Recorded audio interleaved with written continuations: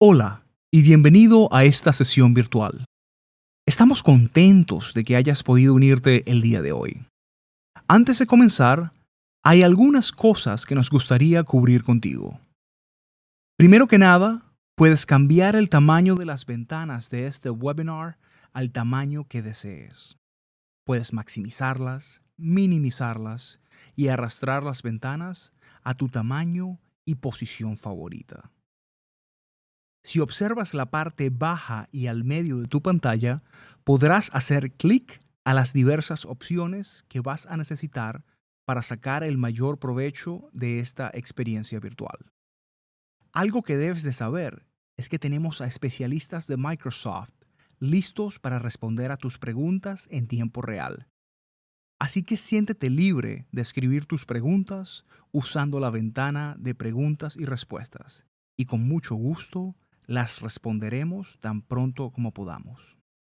Por último, te hemos suministrado algunos recursos adicionales para complementar tu aprendizaje.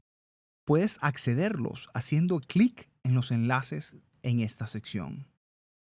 Sin más que agregar, le cedo la palabra a nuestros oradores. Hola y bienvenidos a un nuevo evento Microsoft Azure Training Day Fundamentals. Este evento cubre los aspectos fundacionales de los servicios en la nube y de cómo Microsoft Azure entrega esos servicios. A medida que avancemos en las partes 1 y 2 de este evento, vamos a revisar conceptos generales del cómputo en la nube y conceptos generales también de servicios y modelos en la nube, como son la nube privada, la nube pública, la nube híbrida, la infraestructura como servicio, plataforma como servicio y el software como servicio. Además, cubriremos aspectos y soluciones fundamentales dentro de Azure y los pilares que soportan la plataforma en términos de seguridad, privacidad, confianza y cumplimiento normativo. Este curso los va a preparar para tomar el examen AZ900 y recibir posteriormente la certificación Azure Fundamentals. Nuevamente, bienvenidos y vamos al módulo 1. Mi nombre es Felipe Zúñiga, soy Azure Technical Trainer en el Fundamentals Team, en el equipo de Fundamentals de Microsoft. En pantalla está mi dirección de correo electrónico, está mi URL corta para que puedan conectarse en LinkedIn conmigo. El código QR que tiene en pantalla también los va a llevar a mi perfil de LinkedIn. Feliz de conectar con ustedes a través de esa plataforma. Si tienen dudas después de esta sesión o si tienen algún comentario o si necesitan más información sobre algunos programas de Microsoft, por favor, siéntanse en completa libertad de contactarme. Un poco sobre mí. Tengo aproximadamente 15 años de experiencia, tanto como consultor, como arquitecto de soluciones de infraestructura, fui DBA, fui soporte técnico, incluso mi primer rol en la informática fue armando computadores en la época de los Pentium 4, muchos años atrás. Em, y como Certified Trainer, como Microsoft Certified Trainer, tengo ya aproximadamente 10 años de experiencia dictando cursos de variados temas de tecnologías Microsoft. Partí con base de datos, luego pasé a servidores y ahora, lógicamente, el cómputo en la nube, especializándome en temas que tienen que ver con la plataforma de Azure. Tengo dos hijos, uno ya en la universidad, otro todavía en el colegio, en la escuela. Y estoy basado en Chile. Así que desde acá, mi saludo para todos ustedes y vamos a lo que ustedes vinieron a ver. No es aprender de mí, es aprender sobre Azure. En este curso vamos a ver conocimiento de nivel básico sobre la nube y sobre Azure en distintos aspectos. No se preocupen porque vamos a cubrir mucho contenido en muy poco tiempo. Es contenido muy amplio, pero no muy profundo, igual que este examen. No se preocupen porque el contenido de este curso se alinea de manera completa con todos los dominios del examen AZ900. Vamos a hablar sobre los servicios de Azure, los conceptos de nube, privacidad, seguridad, soporte, etcétera. Ahora, Posiblemente ustedes están recién comenzando a aprender sobre el cómputo en la nube y sobre cómo Azure proporciona los servicios de cómputo en la nube. Está perfecto. No hay ningún requisito previo para este curso. Ahora, sí sería recomendable que tengan un poco de experiencia en temas de TI, como para poder entender ciertos conceptos básicos a nivel de identidad o a nivel de servicios que se utilizan on-premises y que se pueden llevar a la nube. Y la agenda en detalle de este curso va a cubrir los conceptos de la nube a nivel general en el módulo 1. En el módulo 2 vamos a hablar de los servicios principales de Azure. En el módulo 3 vamos a hablar de soluciones dentro de Azure y las herramientas de gestión de la plataforma. En el módulo 4, seguridad y redes. En el módulo 5, identidad, gobierno, privacidad y cumplimiento. Y finalmente, en el módulo 6, vamos a hablar de administración de costos y acuerdos de nivel de servicio dentro de la plataforma. Y como les comenté anteriormente, este curso está alineado por completo con todos los dominios objetivos del examen de certificación AZ900. Están las 6 áreas de estudio: descripción de conceptos básicos de nube, servicios principales de Azure, soluciones principales y herramientas de gestión, seguridad general y seguridad de red, identidad, gobierno, privacidad, cumplimiento y finalmente administración de costos y los SLA. Ese porcentaje que ustedes ven a la derecha o la ponderación significa la probabilidad de que aparezcan preguntas en su examen de ese módulo en particular. Entonces, es mucho más probable que les aparezcan preguntas sobre conceptos básicos de la nube, identidad, gobierno, privacidad y cumplimiento, a que les aparezcan preguntas sobre, por ejemplo, administración de costos o SLA. Eso no significa que no vayan a aparecer preguntas sobre ese tema, sino que van a aparecer menos. Ahora, importante también en relación con el examen, el puntaje para aprobar el examen, el puntaje mínimo para aprobar este examen son 700 puntos. Si sacan 700, 701 o 1000, que es el máximo, felicitaciones, aprobaron el examen. No todos los exámenes son iguales. Yo doy muchos exámenes, he dado muchos exámenes y confieso que más de algún examen lo aprobé con 700 y un poquito más de puntos, 710, no voy a dar el número específico, pero está entre los 700 y los 725 puntos. Y amigos míos han dado el mismo examen eh, y han sacado 850 puntos. Pero los pool de preguntas son distintos en cada examen. Ustedes mismos, si no aprueban el examen y lo dan una segunda vez, no van a tener las mismas preguntas. ¿Ok? Por lo tanto, no se preocupen. Lo importante aquí no es con cuánto puntaje aprueban el examen. Lo importante aquí es que aprueben el examen. ¿Ok? 700 en este caso vale lo mismo que 1000. Es un examen aprobado y ese es su objetivo al final del día. Vamos a el contenido del curso. Y vamos a comenzar en el módulo 1, que son los conceptos de la nube. Y en este módulo 1, lo que vamos a ver son los modelos en la nube, que es la nube privada, que es la nube pública y que es la nube híbrida. Vamos a ver los beneficios y consideraciones de la nube y vamos a ver cuáles son los servicios en la nube: infraestructura, plataforma y software como servicio. Y vamos a darle especial énfasis al modelo de responsabilidad compartida. A nivel de los modelos en la nube, vamos a definir qué es el cómputo en la nube y vamos a describir la nube privada, la nube pública, la nube híbrida y vamos a comparar y contrastar estos tres modelos para que ustedes puedan tomar la mejor decisión en relación a qué modelo utilizar. ¿Qué es el cómputo en la nube? Posiblemente lo han oído hablar, posiblemente han oído hablar de la nube, y posiblemente ustedes están utilizando cómputo en la nube. Pero ¿qué es el cómputo en la nube? El cómputo en la nube es un modelo de prestación de servicios de cómputo para permitir el acceso bajo demanda a un grupo de recursos que son configurables.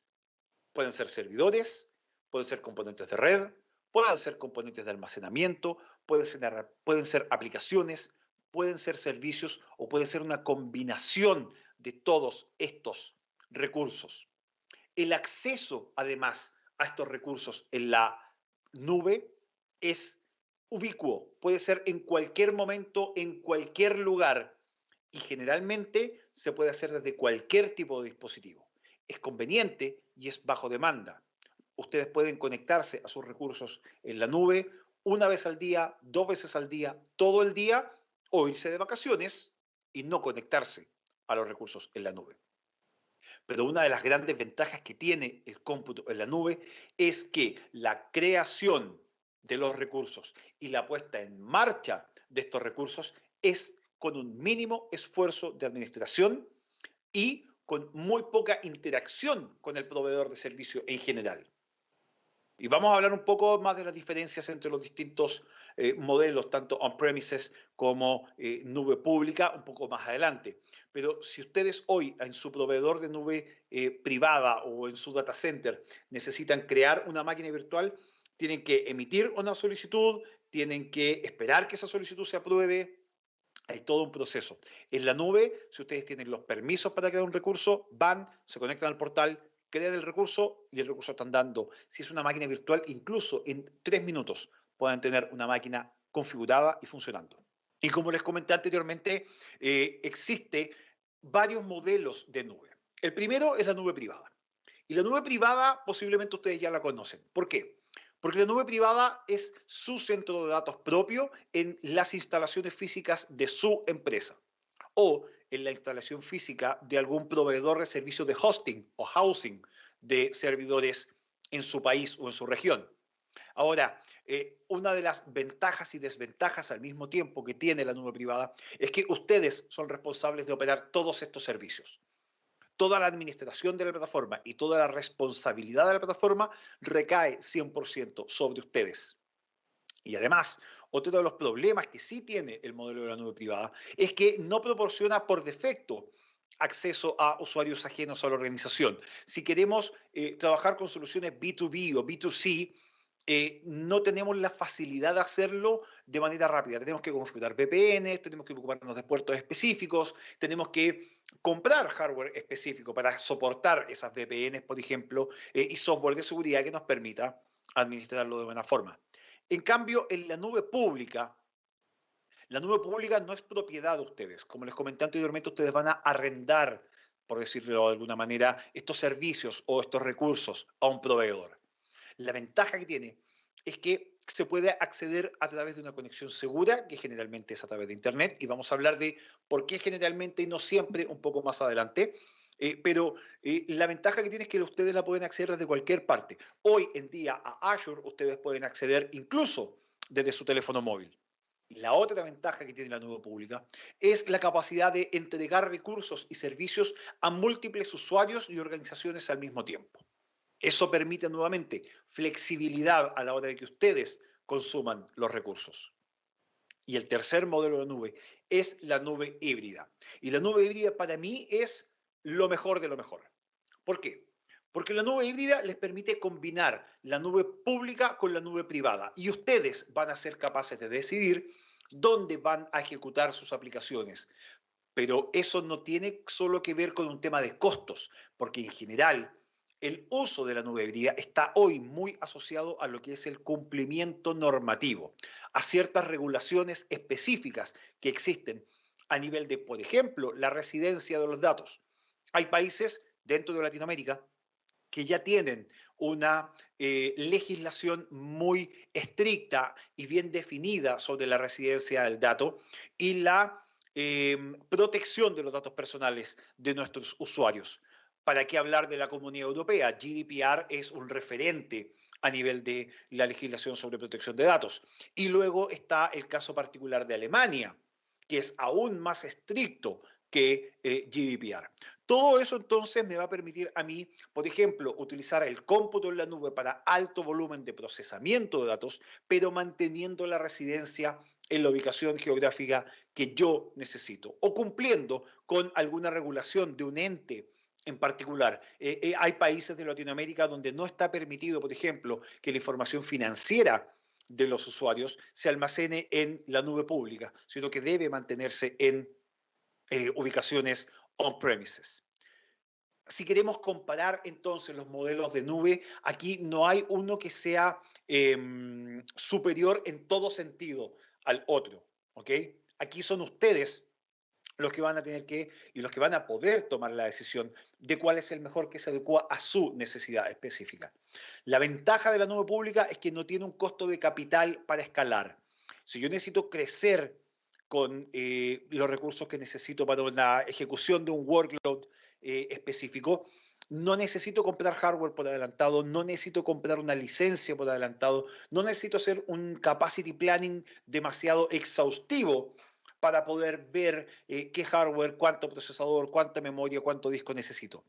Simplemente voy a aprovisionar los recursos en el momento en que los necesite y si más adelante me doy cuenta que ya no los necesito, los puedo quitar rápidamente y dejo de pagar por ese recurso. Por lo tanto, la ventaja de la nube pública es ese modelo de pago por consumo, que lo vamos a conversar un poco más adelante en detalle. A nivel de la nube privada, el problema que tiene es que debo comprar el hardware por adelantado.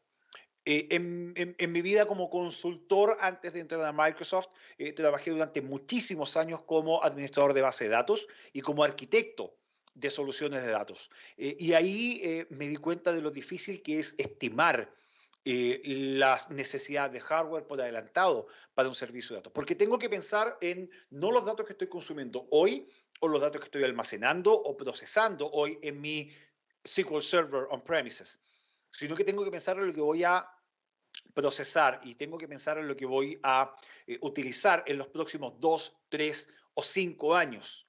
Es el ciclo de vida aproximado de una licencia de SQL Server. Puede ser más, pero en general eso es lo que debiera hacer.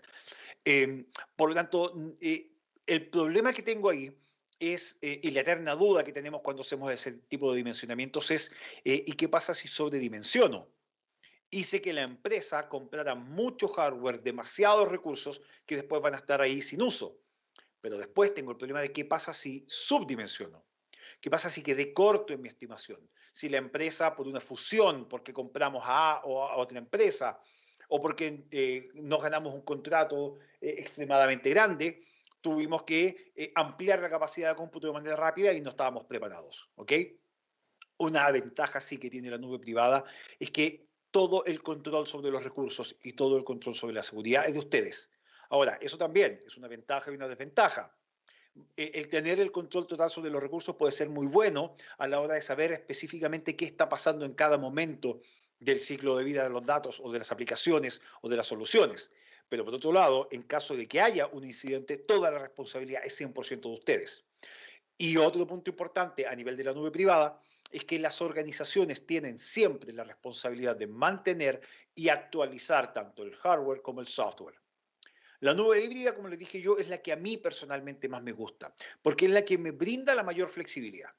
Ustedes van a poder determinar dónde se ejecutan las aplicaciones y ustedes van a poder controlar la seguridad, el cumplimiento normativo o los requisitos y requerimientos legales que hayan en cada una de sus países o realidades donde están operando, pero siendo ayudados por el proveedor que les va a brindar las herramientas y las capacidades para realizar todo esto. Ahora, entonces, lo que vamos a ver son ya los beneficios y consideraciones específicos de la nube. Y vamos a hablar sobre los beneficios del cómputo en la nube a nivel de capacidades específicas. Pero también vamos a ver las diferencias de manejo de costos entre una operación on-premises y una operación en la nube. Y vamos a hablar del modelo basado en consumo que les había comentado anteriormente. A nivel de beneficios en la nube, hay algunos que son fundamentales. Primero, la alta disponibilidad y la tolerancia a fallos, que suenan similares, se pueden confundir incluso, pero no son lo mismo. La alta disponibilidad es esa capacidad que tienen las infraestructuras de mantener el uptime o mantenerse funcionando la mayor cantidad de tiempo posible sin perjudicar la operación. Y luego tenemos la tolerancia a fallos, que es la capacidad de responder a una falla o de soportar una falla sin generar la caída completa de los sistemas. Luego tenemos la escalabilidad y la elasticidad. Y estos son conceptos que, si bien son parecidos, son muy similares, no son lo mismo. La escalabilidad es la capacidad de agregar instancias o crecer verticalmente, por ejemplo, en la cantidad de máquinas virtuales que tú tienes operando para un cierto sistema. En cambio, la elasticidad es la capacidad de crecer horizontalmente, o sea, agregarle más recursos de cómputo a un servicio, a un sistema que estamos ejecutando en la nube, sin necesidad de crecer en cantidad de máquinas o en cantidad de cómputo, sino que simplemente en los recursos. Tanto la escalabilidad como la elasticidad se pueden realizar de forma manual o de forma automática. Y lo más importante es que tanto la escalabilidad como la elasticidad pueden ser hacia arriba o hacia abajo, en el caso de la escalabilidad, o crecer y decrecer hacia los costados, como el caso de la elasticidad. Importantísimo también es el alcance global.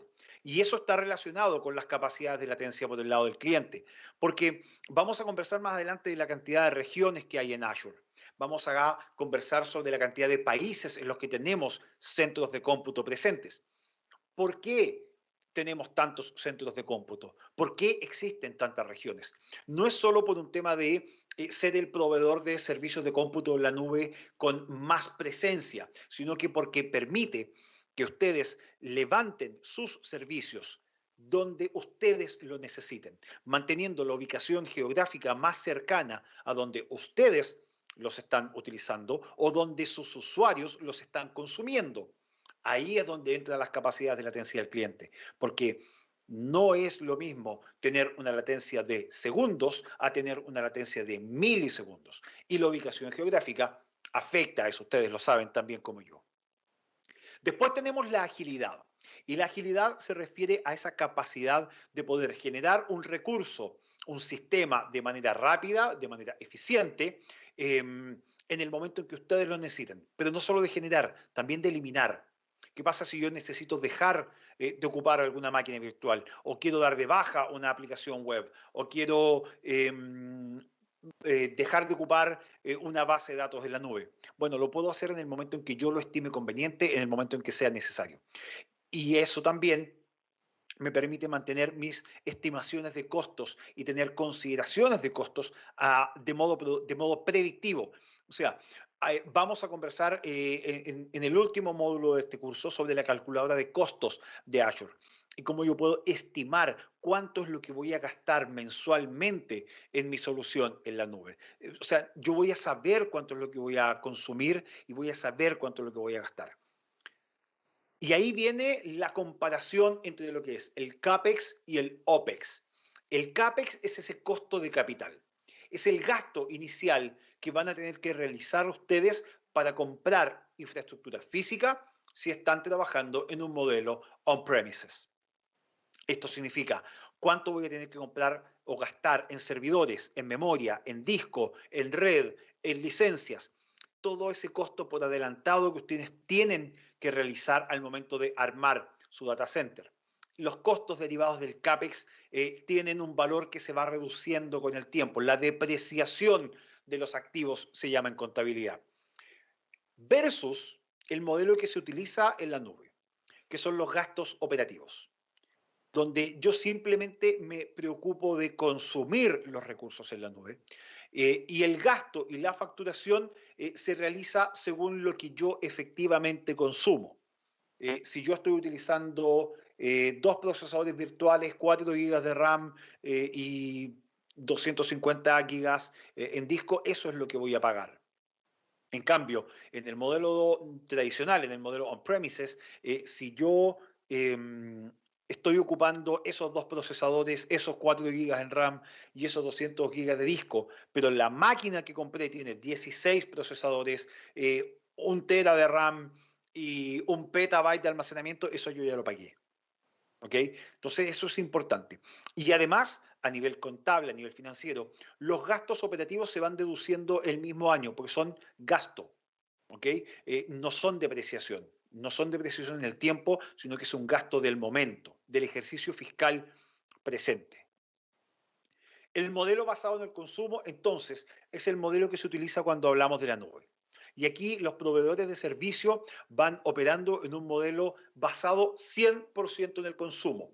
¿Qué permite esto? Que ustedes puedan predecir los costos que van a tener durante un periodo de tiempo estimado, durante este año, durante este semestre, durante este trimestre.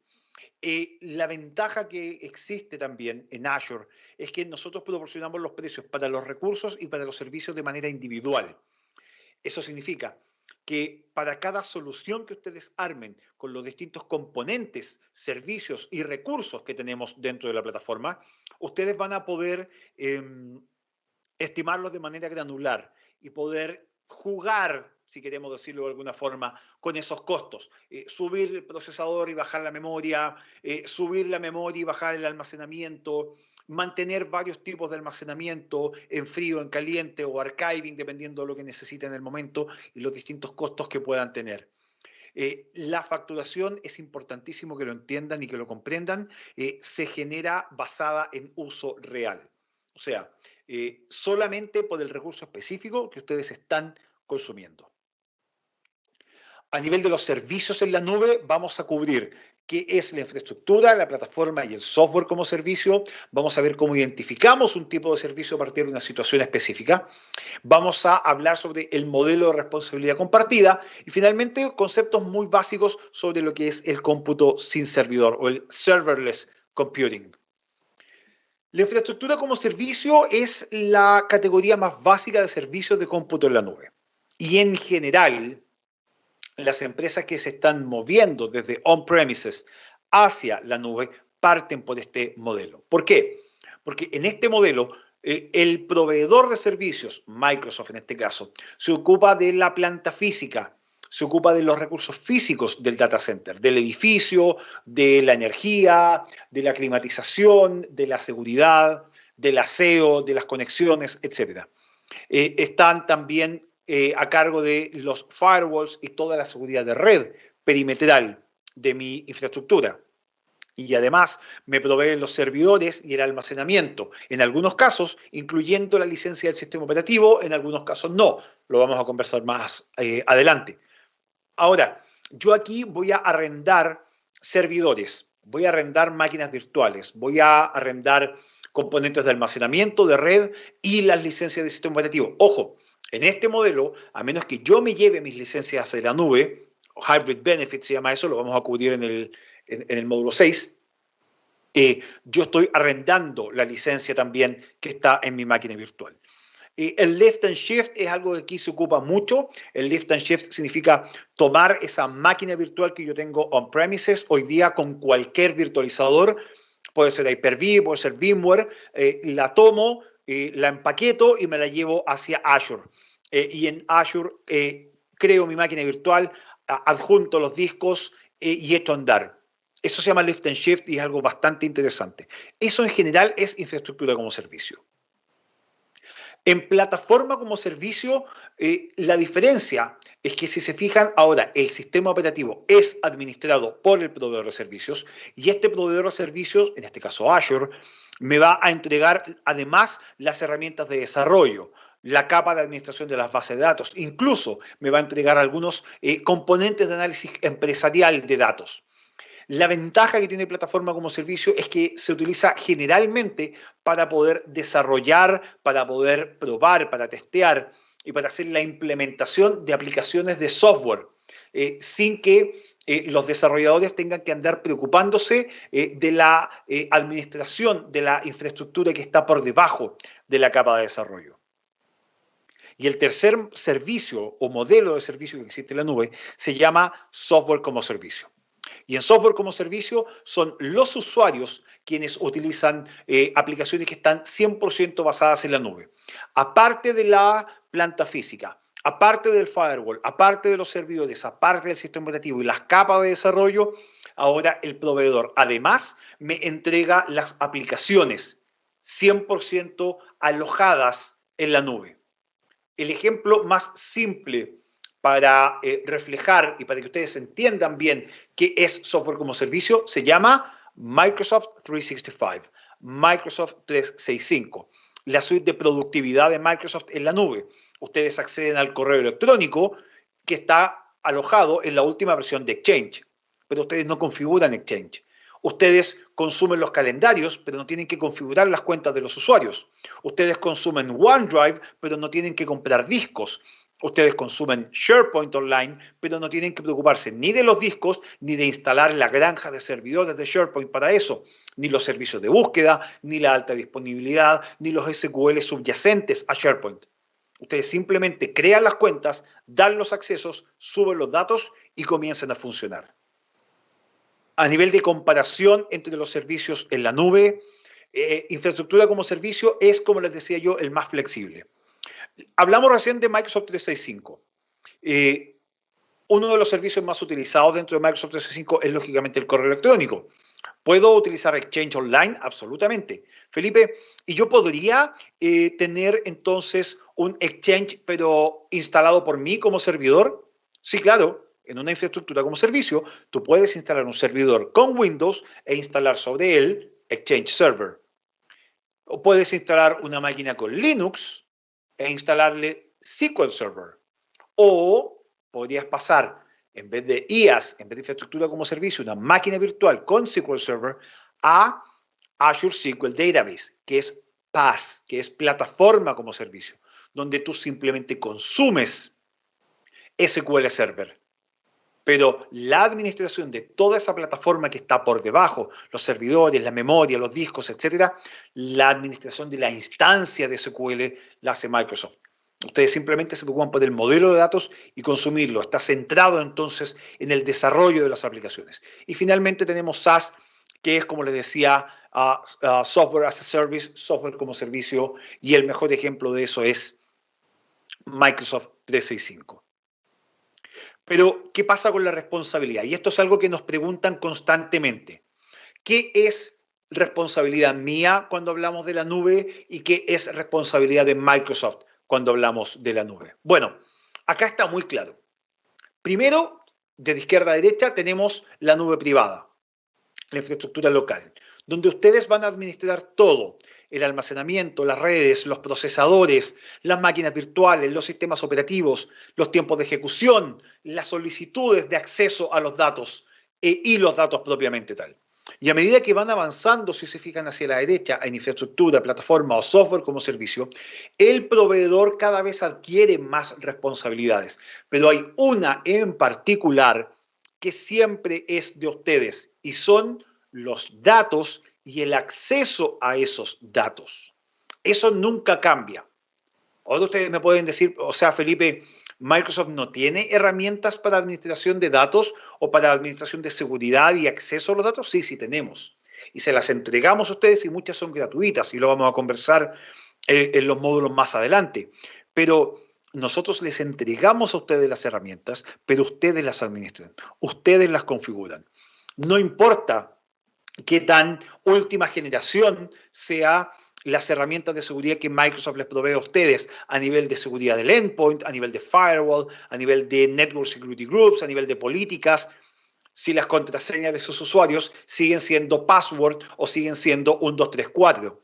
¿Okay? A eso se refiere este modelo de responsabilidad compartida, de que ese tipo de políticas, ese tipo de accesos, ese tipo de capacidades las van a administrar siempre ustedes. Pueden gastar millones de dólares on-premises o en cloud en soluciones de seguridad, pero si no tienen las políticas adecuadas, si no hacen ustedes la administración adecuada, todos esos millones de dólares al final del día se reducen a una contraseña 1234 de un administrador de sistema y que además deja la máquina no bloqueada, deja la pantalla desbloqueada cuando se para a buscar un café.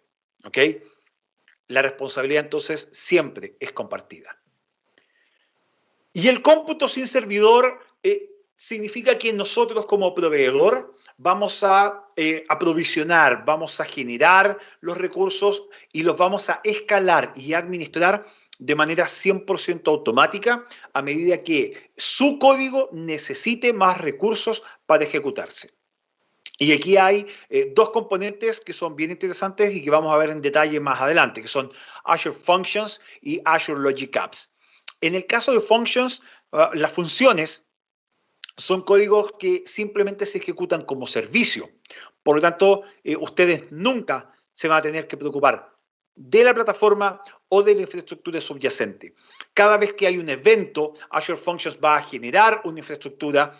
Mediante esa infraestructura va a responder al evento, va a generar las acciones que ustedes hayan definido y posteriormente da de baja esos recursos. Entonces, además, hay una ejecución ahí en tiempo real, donde se crea el recurso, se utiliza y se desecha, si queremos verlo de alguna forma.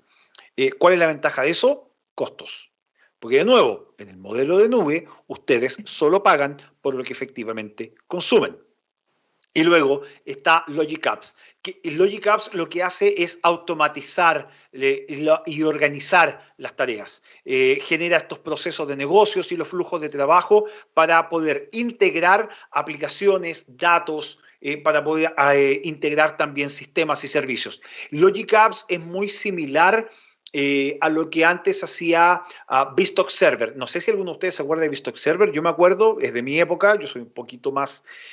Tengo varios años de experiencia, como les comenté anteriormente. Me acuerdo de Logic Apps, es un orquestador de procesos de negocios. Bueno, Vstock, perdón, Logic Apps hace eso, ¿ok? Es un orquestador y trabaja muy bien, lógicamente, con Azure Functions para justamente poder agilizar y automatizar estas tareas. En este módulo, entonces, hablamos sobre los modelos de nube pública, privada e híbrida y cómo ustedes pueden decidir cuál es el que van a utilizar según su necesidad específica. Hablamos de los beneficios de la nube de Azure, del Azure Cloud, pasando por la alta disponibilidad, la elasticidad, la recuperación ante desastres y el modelo de pago por uso. Después definimos lo que es infraestructura, plataforma, software como servicio y el cómputo sin servidor, también para que ustedes puedan decidir y definir cuál es la categoría que más les sirve a ustedes. Ahora, ojo, las pueden combinar. No es necesario que todo esté en IaaS, que todo esté en PaaS o que todo esté en SaaS o que todo sea serverless. Pueden combinar a su absoluto antojo. Y finalmente, conversamos sobre el modelo de responsabilidad compartida, donde lo más importante y el mensaje que a mí me gustaría que ustedes se llevaran es la responsabilidad del acceso y los datos siempre es de ustedes, independiente de todas las capacidades que a nivel de software o a nivel de plataforma nosotros como Microsoft les ofrezcamos. Estamos terminando el módulo 1 y ahora vamos a pasar a el módulo 2. Ahora vamos a comenzar con el módulo 2, donde vamos a cubrir aspectos fundamentales de Microsoft Azure. Bienvenidos entonces al módulo 2. Aquí ya vamos a entrar de lleno en lo que es Azure. En el módulo 1 vimos lo que eran los conceptos básicos de nube y ahora vamos a entrar definitivamente en la plataforma. ¿Qué es lo que vamos a ver acá? Vamos a ver componentes de arquitectura de Azure. Vamos a ver las regiones, la zona de disponibilidad. Vamos a hablar sobre lo que es una suscripción y un grupo de recursos. Y luego vamos a entrar de lleno en los recursos principales de Azure: el cómputo, las redes, el almacenamiento y finalmente las bases de datos. A nivel de componentes de arquitectura de Azure, vamos a conversar sobre regiones, sobre zona de disponibilidad, sobre los recursos, Azure Resource Manager o ARM. Ese es un concepto que ya tienen que empezar a familiarizar. Vamos a conversar sobre las suscripciones y vamos a ver conceptos generales sobre los grupos de administración. A nivel de regiones, como les comenté anteriormente, Microsoft es el proveedor de servicios en la nube que más regiones y más data centers tiene a nivel mundial. En pantalla ustedes pueden ver un mapa con puntos de distintos colores. Los puntos azules son esas regiones que ya están operativas 100%. Los puntos azules, donde tienen un pequeño diamante blanco, un rombo blanco adentro, son zonas de disponibilidad y lo más importante, sobre todo para nosotros acá en Latinoamérica y en España también, son esos círculos punteados. ¿Por qué? Porque esas son las regiones que Microsoft ya anunció que van a entrar en funcionamiento prontamente y si se fijan ahí, Una está en México y la otra está en España. Entonces, muy buenas noticias para la gente en España. Y lógicamente muy buenas noticias para nosotros en Latinoamérica porque la única zona que tenemos o la única región que tenemos hoy es Brasil. Se va a sumar México. Ahora, ¿qué es una región? Una región es un conjunto de data centers o de centros de datos. Cada región se compone de más de un data center. ¿Ok? La presentación dice uno más, eso es porque lógicamente a medida que se van construyendo se van poniendo en funcionamiento, las regiones parten con uno, pero después rápidamente se sube la cantidad. La ventaja de esto, nuevamente, de tener tantas regiones distribuidas por el mundo, es flexibilidad para ustedes y capacidad de adaptación para ustedes. Es la capacidad de poder reducir la latencia para sus clientes. Ustedes pueden elegir la región que más cerca esté de ustedes o de sus usuarios. Y finalmente, la preservación de la residencia del dato. Vamos a hablar un poco más adelante en detalle de eso, pero si se fijan, en Alemania, por ejemplo, hay regiones que dicen soberanas.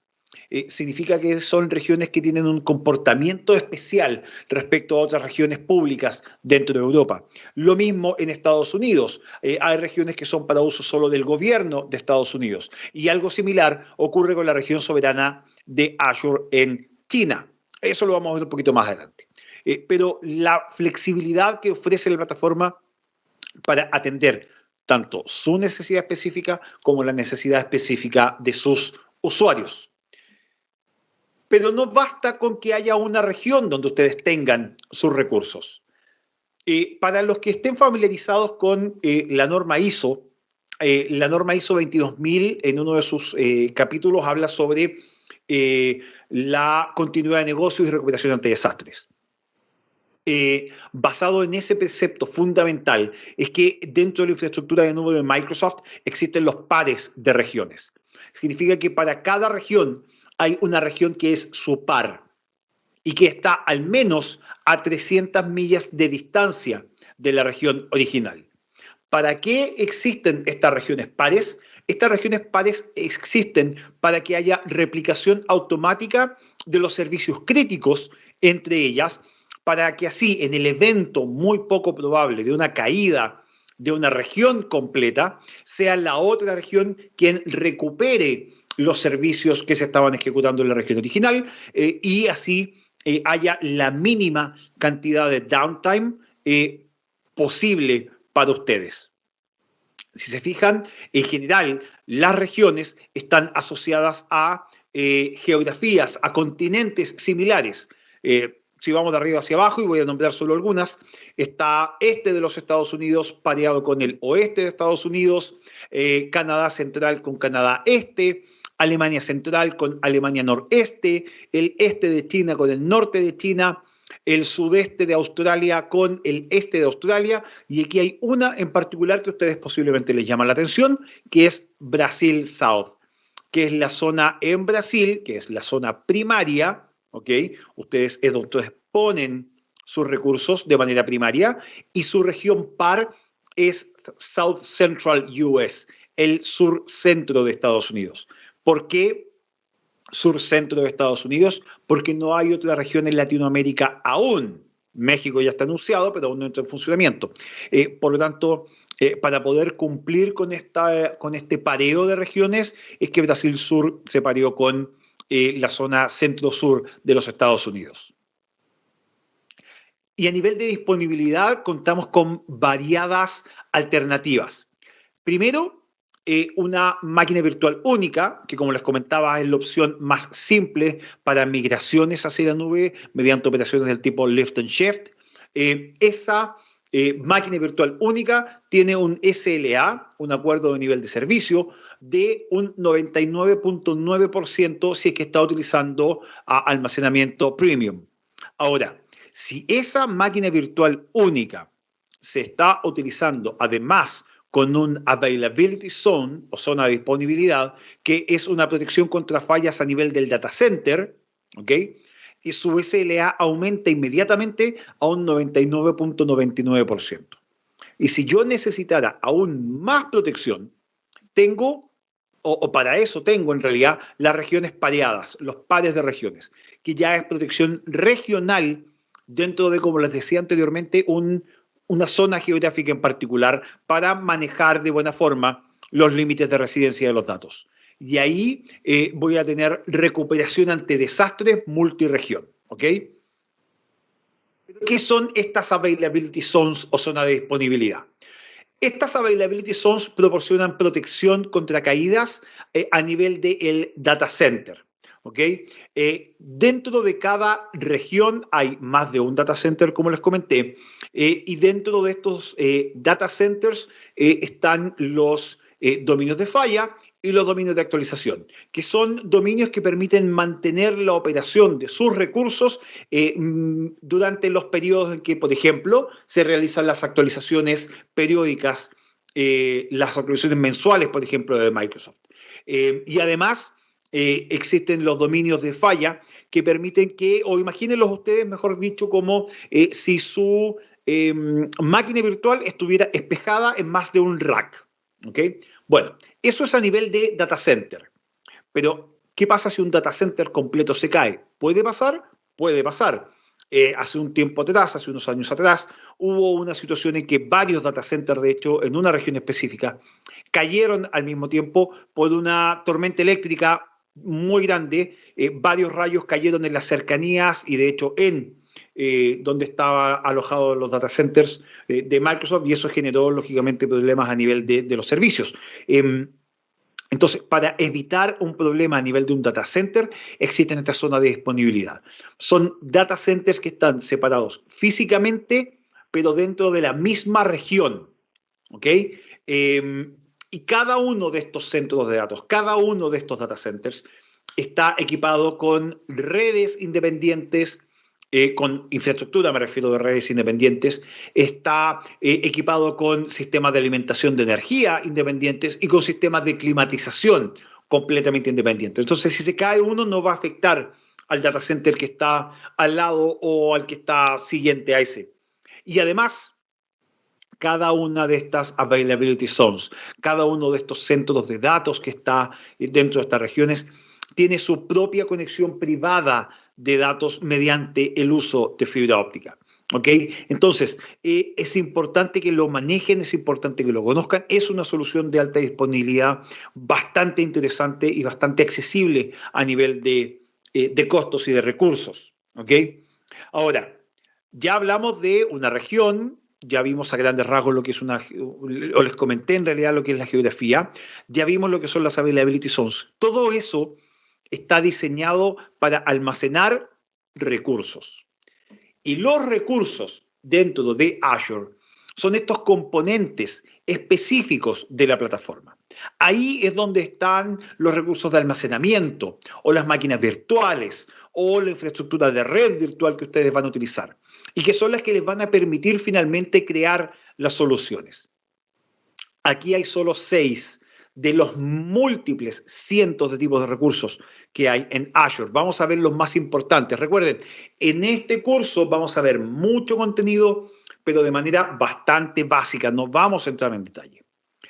Una vez que yo ya definí cuáles son los tipos de recursos que voy a utilizar, es cuando voy a armar mis grupos de recursos.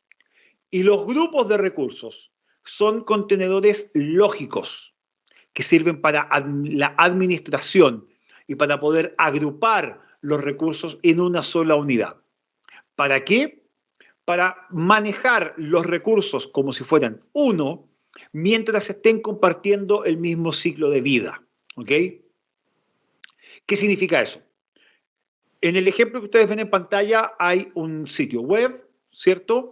Hay una base de datos asociada a ese sitio web, hay una máquina virtual que está alojando, por ejemplo, algún servicio específico, y luego tengo los recursos de almacenamiento, el storage.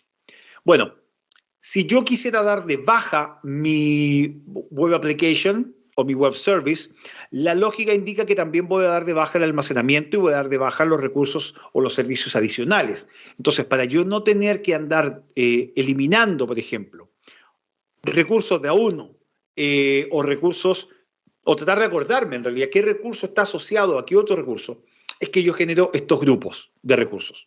Ahora, es muy importante que tengan en cuenta que un recurso solo puede pertenecer a un grupo de recursos, ¿ok? Pero los recursos sí pueden estar en diferentes regiones. O sea, yo puedo mover recursos de una región a otra según mi necesidad específica. Y puedo mover los recursos también a otros grupos de recursos en caso de que por razones de crecimiento yo haya generado un grupo de recursos más grande, pero quiera mantener, por ejemplo, la aplicación web. Pero tengo una máquina virtual más grande y cambié el tipo de almacenamiento que estoy utilizando. Todas las aplicaciones que ustedes generen en Azure pueden utilizar varios grupos de recursos al mismo tiempo. No hay impedimento a nivel de eso. ¿Ok? Y algo que vamos a revisar más adelante, el acceso a estos grupos de recursos y por lo tanto a los recursos asociados a ellos se puede manejar de manera centralizada e incluso automatizada, si queremos verlo de alguna manera, utilizando RBAC, RBAC. Role Based Access Control es una funcionalidad muy interesante, una de mis características de seguridad y cumplimiento favoritas, que la vamos a revisar en el módulo de seguridad e identidad. Para poder administrar toda la infraestructura que tengo dentro de Azure, hay una plataforma o una capa de administración que se llama Azure Resource Manager. Esto es algo que está dentro de Azure, no es un servicio independiente, es la forma en que ustedes administran los servicios. Es la capa de administración que les va a permitir crear, configurar, administrar e incluso eliminar tanto recursos como grupos de recursos. Les va a permitir controlar el acceso utilizando autenticación basada en RBAC.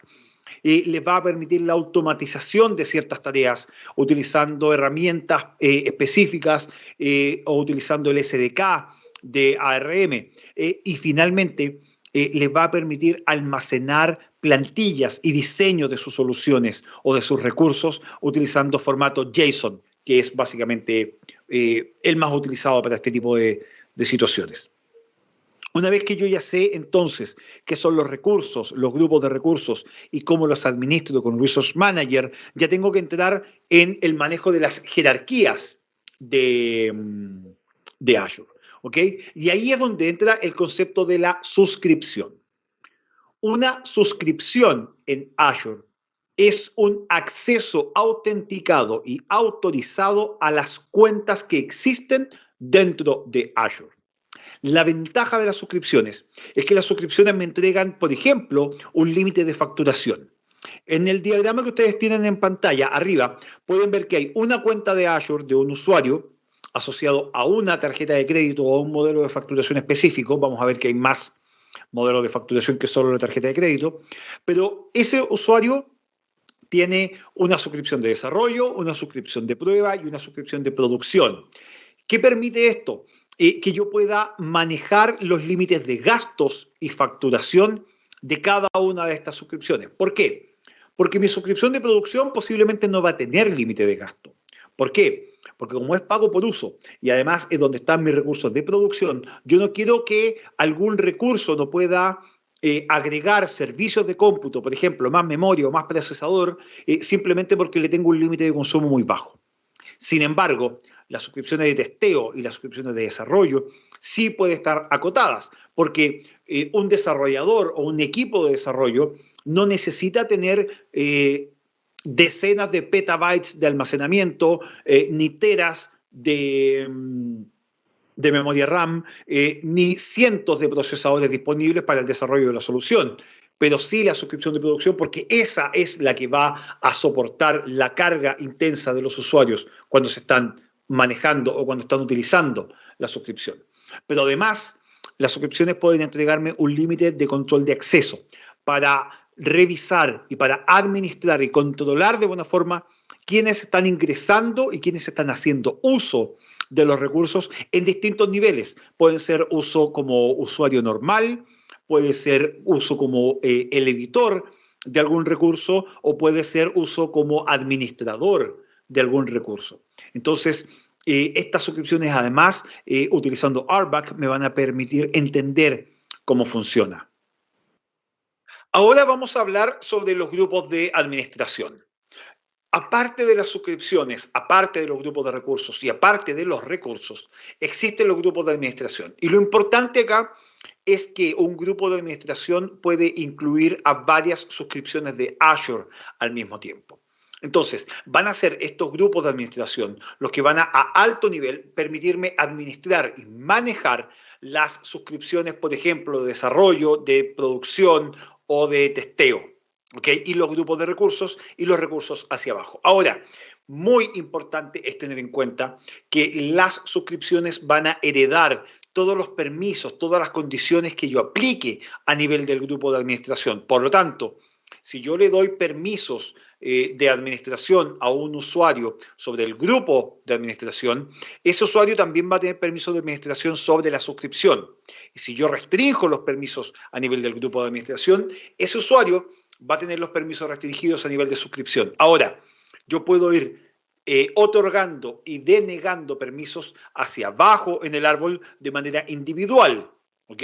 Y siempre se van a mantener los permisos, si bien hay una herencia, los permisos individuales, los permisos explícitos, siempre están delante de un permiso heredado. Eso se maneja exactamente igual que en una estructura jerárquica tipo LDAP, por ejemplo. Yo puedo tener hasta 10.000 grupos de administración en un solo directorio y puedo tener hasta 6 niveles de profundidad dentro de un grupo de administración. ¿Ok? A nivel ya de los productos que se van a utilizar dentro de Azure para las cargas de trabajo, vamos a ver las máquinas virtuales, vamos a ver containers, vamos a ver Windows Virtual Desktop, vamos a ver conceptos de redes, vamos a ver conceptos de almacenamiento, de base de datos y finalmente vamos a hablar de lo que es el Azure Marketplace. Lo primero que tenemos que entender, porque es lo que más se utiliza todavía dentro de Azure, son los recursos de cómputo, los Azure Compute Services. Y los Azure Compute Services son esos servicios de cómputo bajo demanda que me van a permitir utilizar recursos de cómputo específicamente. Y estos tipos de recursos de cómputo pueden ser las máquinas virtuales, pueden ser los servicios de aplicaciones, pueden ser los contenedores o pueden ser el escritorio virtual de Windows. Las máquinas virtuales de Azure son básicamente una emulación de un equipo físico, pero basada en software. Ustedes las conocen. No hay mayor diferencia entre una máquina virtual en Azure que una máquina virtual que ustedes estén alojando en un virtualizador on-premises hoy día, VMware o Hyper-V. Estas máquinas virtuales en Azure incluyen un procesador virtual, incluyen una memoria virtual, incluyen almacenamiento e incluyen capacidades de red virtual. Y son una solución de infraestructura como servicio que entrega control y personalización total sobre el ambiente. Ustedes van a definir cuántos procesadores, cuánta memoria, cuánto disco temporal, cuánto disco no persistente, cuánto disco persistente, cómo configurar la red, cuáles van a ser los segmentos, cuántas subredes van a crear. En fin, les permite generar básicamente la infraestructura como si fuera on-premises. Una ventaja que esto permite es la extensión de su centro de datos. O sea, la capacidad que tienen ustedes de tener máquinas virtuales en Azure y máquinas virtuales on-premises y poder enlazarlas utilizando una red virtual. Lo vamos a ver más adelante, pero utilizando, por ejemplo, una VPN o una ExpressRoute que les va a permitir conectar de manera segura su infraestructura on-premises con su infraestructura en la nube. Y aquí les voy a mostrar, ahora vamos a hacer una demo bastante sencilla sobre la creación de una máquina virtual. ¿Ok? Voy a crear una máquina virtual, me voy a conectar a esa máquina virtual y finalmente voy a instalar un rol, el rol de web server, y vamos a hacer una prueba de conexión. Entonces, para crear la red virtual vamos a ir de nuevo a crear un recurso, pero ahora en vez de buscar en el listado de la izquierda como lo hice con la máquina virtual, vamos a directamente escribir red virtual. Oh, aquí está, vamos a crearla. Primero, de nuevo, elijo la suscripción, muy importante, siempre fíjense en ese detalle. Vamos a crear el grupo de recursos. Esto no es televisión. El nombre de la instancia y la región. Voy a mantener East US para temas de consistencia con todo el resto de las demostraciones que estamos haciendo. A nivel del espacio de direcciones voy a dejar todo exactamente igual como está. Lo mismo con la subred. ¿Okay? Vamos a dejar la subred por defecto y el rango de direcciones que está ahí por defecto. No voy a modificar nada de eso todavía. Y vamos a revisar ahora que esté todo ok. Hace la validación final. Y una vez que la validación está lista, le decimos crear. Nuevamente me avisa que está iniciando el despliegue. Y me dice que el despliegue ha comenzado. Mientras tanto, lo que voy a empezar a hacer ahora es la creación de dos máquinas virtuales también, donde vamos a probar después la conectividad entre ellas utilizando esta red virtual que estamos realizando. Ya está lista la red, vamos a revisarla rápidamente. Perfecto, todo bien, ningún problema, el espacio de dirección es correcto. Vamos de vuelta al home y lo que vamos a hacer ahora entonces es crear dos máquinas virtuales. Bien, esta vez para crear las máquinas virtuales voy a ir aquí, Virtual Machines, vamos a decir agregar y con eso entramos al asistente ya de creación de las máquinas virtuales. El grupo de recursos que voy a utilizar es el mismo, donde ya tengo las redes virtuales, el nombre de la máquina, muy original nuevamente, VM1, la región, East US 2, la imagen va a ser nuevamente Windows Server 2019 Data Center. Voy a mantener el mismo tamaño de la máquina virtual que está ya predefinida, el nombre del administrador y la contraseña. ¿Ok? Y aquí voy a dejar configurado esta vez sí el puerto RDP, porque lo vamos a necesitar para seguir avanzando con la demo después. A nivel de discos, no solo voy a dejar disco estándar, pero no voy a agregar ningún otro disco. Aquí en la red ya tengo que revisar algunas cosas. De lo que me tengo que preocupar acá es que la red virtual sea la VNet 1, que es la que estoy utilizando efectivamente, la subred es la correcta, la dirección IP pública voy a mantener el nombre por defecto, todo el resto lo voy a dejar exactamente igual como está. Vamos a entonces revisar y crear, hacemos la última revisión. Y una vez que esto ya está listo, vamos a crear esta máquina virtual. Ojo, la recomendación que me dice aquí, una advertencia muy importante, tienes el puerto RDP abierto hacia el internet, cuidado con eso. De nuevo, esta es una demo, por eso lo estoy dejando así. Vamos a crear. El despliegue ya se inicia.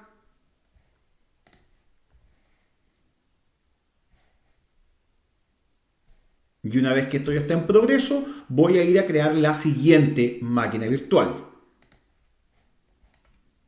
Y la siguiente máquina virtual, de nuevo, mismo grupo de recursos, el nombre, vamos a mantener la consistencia de nombres, vamos a mantener la consistencia de las regiones, vamos a mantener la consistencia en la imagen, el nombre del usuario y la contraseña.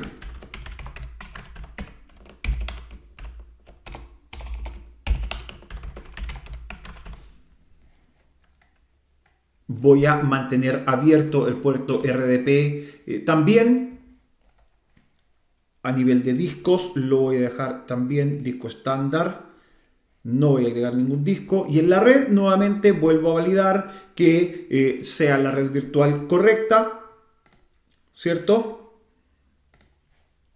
La VNet 1. las direcciones IP, el puerto RDP abierto, revisar y crear, validación final. Y una vez que esté listo, vamos a crear. Comienza la creación de la máquina virtual, se inicia el despliegue.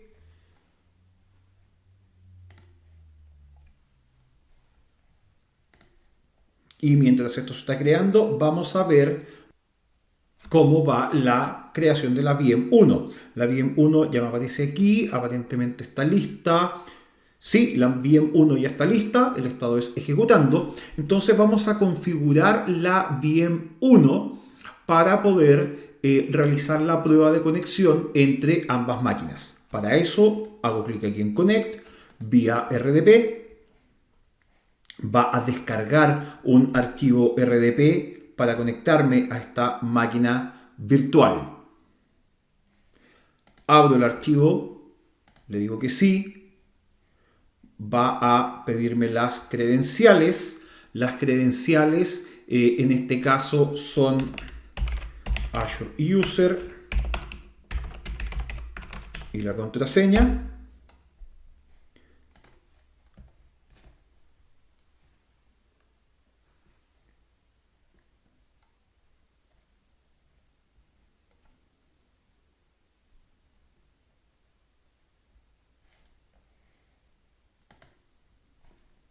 Y aquí estoy esperando que haga la configuración inicial de la máquina. Esta es una máquina que tiene absolutamente nada instalado. Aquí la máquina ya está, logramos entrar. Está cargando el Server Manager. Ahora, aquí lo que vamos a utilizar no es el Server Manager, vamos a utilizar PowerShell. ¿Ok? Entonces, lo vamos a ejecutar como administrador. Y lo que vamos a hacer es muy simple, ping a la VM 2. Y esto lógicamente me va a fallar.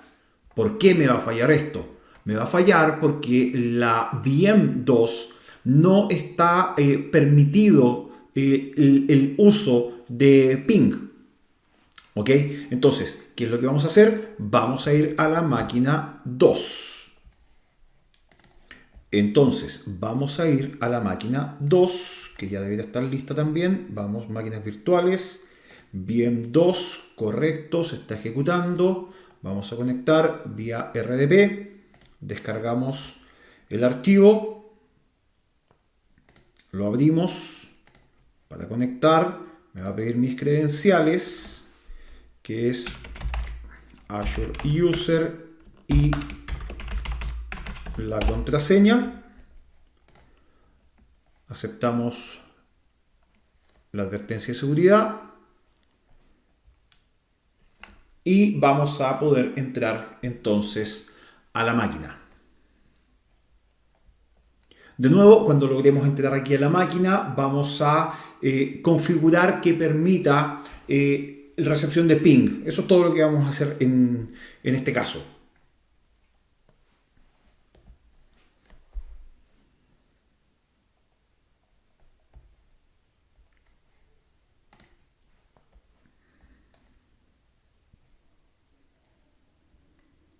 Bien, no vamos a ocupar nuevamente el Server Manager, vamos a ir a PowerShell,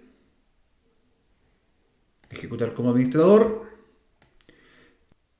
y lo que vamos a hacer es ejecutar un comando que nos permita habilitar la recepción de ping desde la VM 1. Entonces, new net firewall rule, display name, le vamos a poner el nombre, allow ICMPv4 in, pin entrante, y el protocolo ICMPv4. Vamos a esperar que se ejecute el comando. Listo, comando ejecutado, todo salió bien. Vamos ahora a ver en la máquina 1 si es que podemos hacerle ahora sí ping a la VM 2 funciona perfecto, como siempre debe ser. Ahí vimos entonces cómo pudimos crear una red virtual, perdón, dos máquinas virtuales y establecer comunicación entre ellas. La ventaja que tienen los app services en Azure es que no necesito saber un lenguaje específico para generarlas. Pueden ser en .NET, en Node.js, en Java, en Python, en PHP, en PHP, en fin, en el lenguaje que ustedes se sientan más cómodos. Ahora, ¿dónde están las ventajas de estos Azure App Services? En que son una oferta de plataforma como servicio para el desarrollo de sus aplicaciones o de sus servicios, donde ustedes no se tienen que preocupar de la infraestructura subyacente, pero que les da a ustedes la tranquilidad de que esa infraestructura subyacente cumple con normativas de seguridad, cumple con características de rendimiento y performance a alto nivel, a nivel corporativo, y que cumple con las normativas de seguridad, de regulación, de residencia de datos, por ejemplo, o de procesamiento de datos específico según la geografía o la región que ustedes estén eligiendo. Es una muy buena alternativa para comenzar en el desarrollo en la nube. Y lo que voy a hacer acá es crear una aplicación muy simple utilizando un contenedor. Si bien no hemos hablado de contenedores todavía, lo vamos a hacer más adelante, utilizando una imagen de Docker de contenedores y después vamos a probar la aplicación. Bueno, creemos entonces ahora nuestro servicio web, nuestra aplicación web. Para eso vamos a ir a crear un recurso. Y el tipo de recurso que vamos a crear es un App Service. Entonces, aquí en App Services no tenemos ninguno, vamos a agregar. De nuevo, el asistente nos va a pedir que validemos primero la suscripción donde vamos a crearlo. El grupo de recursos. Voy a generar un nuevo grupo de recursos. Muy original con el nombre para ser consistente. El nombre. Y el nombre le vamos a poner y la vamos a crear en Docker. ¿Les parece? Hagámosla en Docker para aprovechar de ver esa funcionalidad y de nuevo voy a jugar con mi suerte. Perfecto, el 13 no está ocupado y vamos a publicar en un contenedor en Docker. Lógicamente vamos a dejar Linux como el sistema operativo y la zona vamos a mantener la zona este de Estados Unidos. A la hora de elegir el plan de aplicación, también lo voy a mantener por defecto. Y ahora configuremos el contenedor. Vamos a tener un solo contenedor. La imagen fuente va a ser desde Docker Hub. El tipo de acceso va a ser público y aquí en la imagen y la etiqueta vamos a dejarlo como Microsoft ACI- y vamos a volver al viejo y querido Hola Mundo. Vamos a revisar y crear.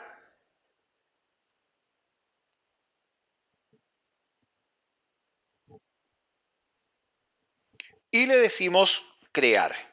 Va a iniciar el despliegue.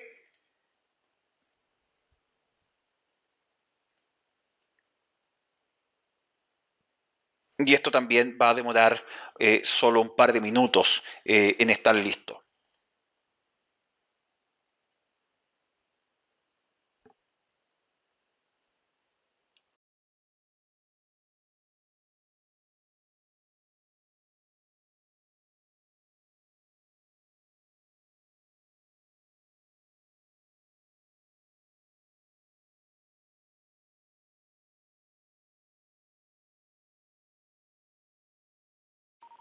Bien, y ahora que ya me avisa que está listo,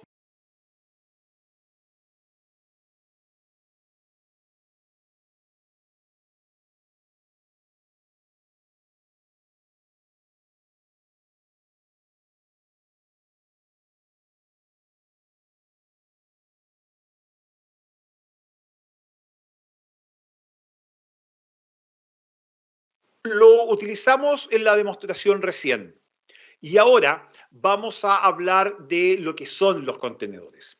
Los contenedores también son un entorno virtualizado, pero a diferencia de la máquina virtual, un contenedor no necesita que ustedes estén administrando el sistema operativo subyacente. Por lo tanto, una de las ventajas que tienen los contenedores es esa capacidad de respuesta rápida de generar o de tomar más recursos y ponerlos a disposición de los aplicativos que se estén ejecutando en el momento. Y la oferta de Azure para contenedores está dividida en dos. Primero está Azure Container Instances, que es plataforma como servicio y que permite ejecutar un contenedor en Azure, de nuevo, sin la necesidad de administrar la máquina virtual subyacente y sin la necesidad de administrar servicios adicionales para la ejecución de los aplicativos dentro del contenedor. Y luego está Azure Kubernetes Services, que es el servicio de orquestación u organización para grandes volúmenes de contenedores mediante el uso de una arquitectura distribuida y que permite que yo tenga varios contenedores que se están ejecutando en un modelo de granja, si queremos verlo de alguna forma, y que funcionan de manera orquestada, que funcionan de manera única, respondiendo a las necesidades específicas de esa solución. Y la última parte que nos queda ya del cómputo en la nube son los Windows Virtual Desktop. Y Windows Virtual Desktop no es algo nuevo en la nube, se utilizaba ya en infraestructura on-premise, pero ahora es un servicio que está disponible en Azure y es la virtualización del escritorio y las aplicaciones de escritorio ejecutándose en la nube, donde lo que voy a tener yo no es una virtualización de la máquina completa, por lo tanto el usuario no se va a conectar a la máquina, no va a poder configurar parámetros de la máquina, sino que solo voy a tener virtualizado el escritorio personalizado para ese usuario que se está conectando. La ventaja de esto es que no tengo que estarme preocupando de ejecutar servidores que funcionen como puerta de enlace hacia este escritorio virtualizado. Además, puedo tener una gran cantidad de hosts que permiten adaptarse a las diversas cargas de trabajo. Por ejemplo, ¿qué pasa si estoy virtualizando mi aplicación de facturación? Bueno, posiblemente hay un periodo específico del mes donde ese aplicativo tiene una alta carga porque, bueno, están todos ingresando registros de facturación o están emitiendo facturas de su empresa. Y en ese periodo, la carga sobre este escritorio virtualizado y sobre esa aplicación virtualizada específica es mucho más alta que en otros periodos del mes. Entonces, van a poder con Windows Virtual Desktop ajustarse a esas cargas no constantes. Y la ventaja además que tiene a nivel de costos es que yo puedo agrupar los recursos para utilizarlos en múltiples sesiones de múltiples usuarios. A nivel de servicios de red, tenemos Azure Virtual Networks o las VNet. ¿Okay? Estas VNet lo que van a permitir es conectar los recursos de Azure entre sí, conectar los recursos de Azure con la Internet y conectar los recursos de Azure con una red local, con su data center on-premises o con su infraestructura de nube privada. Para esa necesidad específica, para esa conexión entre su infraestructura en la nube y su infraestructura on-premises, siempre utilicen VPN, siempre utilicen los Virtual Private Network Gateways. Estos VPN gateways se utilizan para enviar el tráfico entre la nube pública y la nube privada, pero de manera cifrada, ¿ok? Donde yo puedo además generar una VPN que sea point to site, o sea, desde un equipo hacia la nube, o una conexión site to site y unir todo mi data center on-premises con mi infraestructura en la nube. Y el tercer servicio de red que es muy importante es Azure Express Route, porque Express Route lo que permite es extender la red local hacia Azure mediante una conexión 100% dedicada, por lo tanto 100% privada.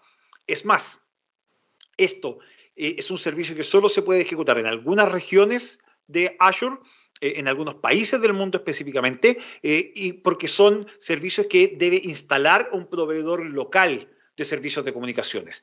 Esto es básicamente una fibra que sale desde su data center o desde su oficina hacia el centro de datos más cercano de Microsoft y todo el tráfico se realiza a través de esta ruta, a través de esta red. De nuevo, fibra 100% privada, alta velocidad, alta seguridad, extremadamente recomendado para casos donde sea necesario tener ese tipo de seguridad. No es barato, seamos honestos, pero créanme que es una modalidad de conexión que para ciertos workloads específicos sensibles es bastante conveniente. Y en esta demostración lo que vamos a hacer es crear una red virtual, 2 máquinas virtuales, y luego vamos a simplemente probar la conexión entre ellas. Pero es para que vean lo fácil que es crear una red virtual.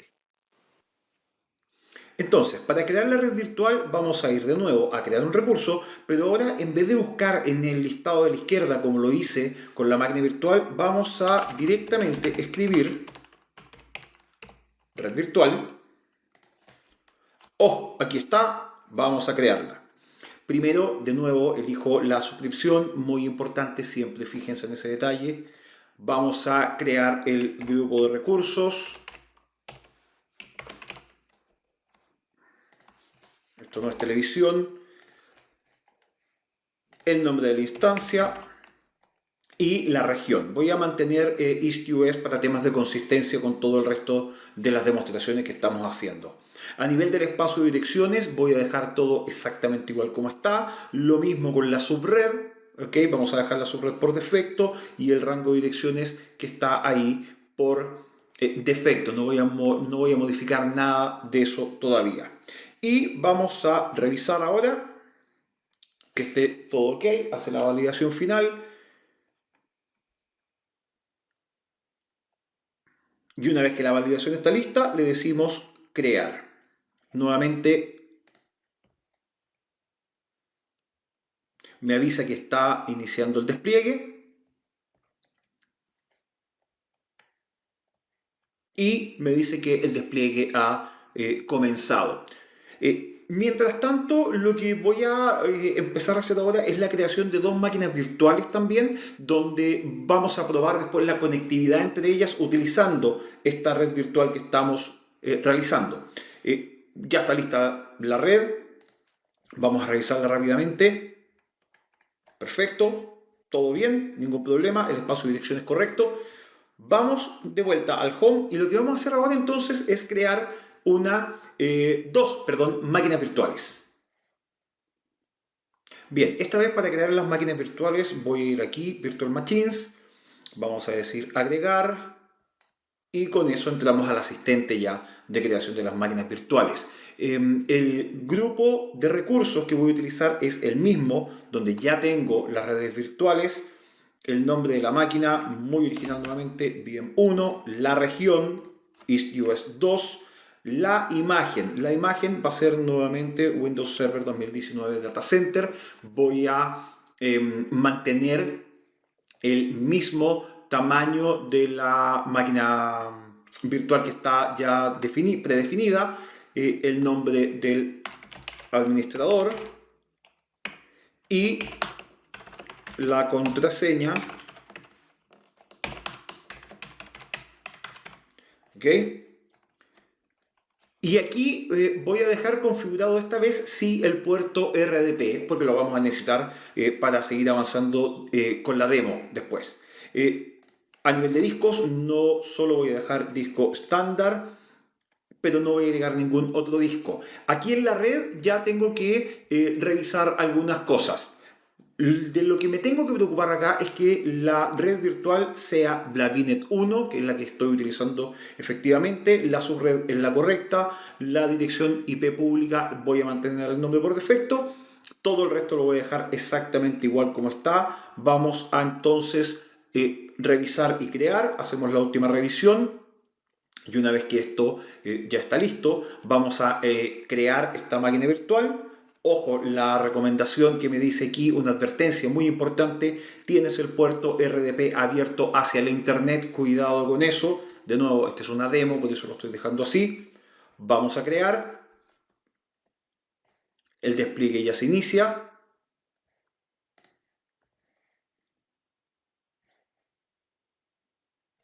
Y una vez que esto ya está en progreso, voy a ir a crear la siguiente máquina virtual. Y la siguiente máquina virtual, de nuevo, mismo grupo de recursos, el nombre, vamos a mantener la consistencia de nombres, vamos a mantener la consistencia de las regiones, vamos a mantener la consistencia en la imagen, el nombre del usuario y la contraseña.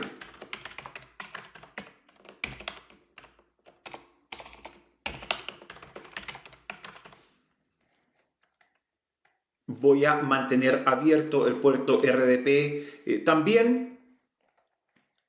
A nivel de discos lo voy a dejar también disco estándar.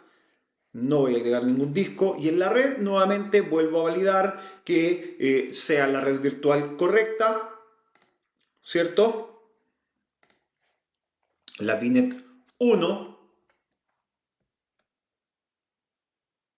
Las direcciones IP. El puerto RDP abierto. Revisar y crear. Validación final.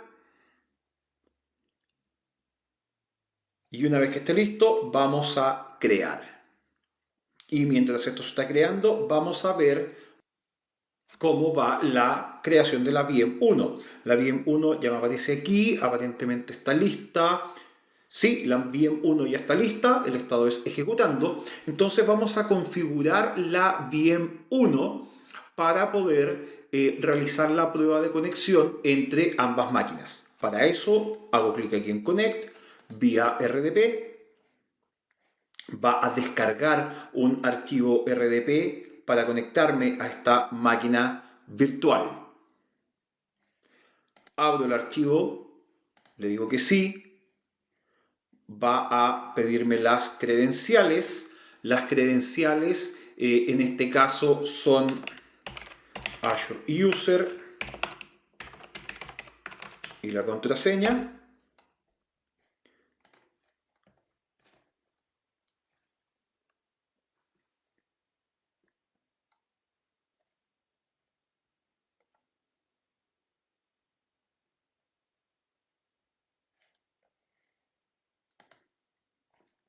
Y aquí estoy esperando que haga la configuración inicial de la máquina. Esta es una máquina que tiene absolutamente nada instalado.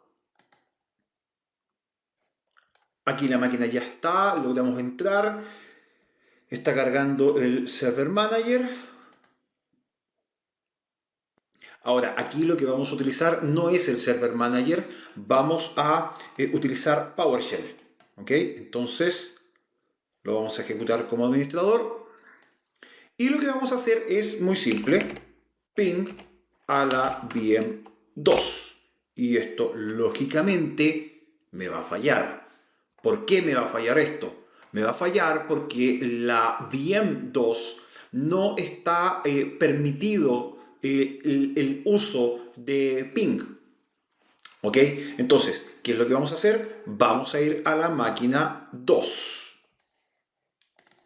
Entonces, vamos a ir a la máquina 2, que ya debería estar lista también. Vamos, máquinas virtuales.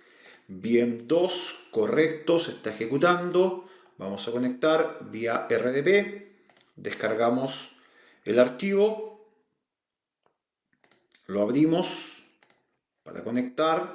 Me va a pedir mis credenciales, que es Azure User y la contraseña. Aceptamos la advertencia de seguridad y vamos a poder entrar entonces a la máquina. De nuevo, cuando logremos entrar aquí a la máquina, vamos a configurar que permita la recepción de ping. Eso es todo lo que vamos a hacer en este caso.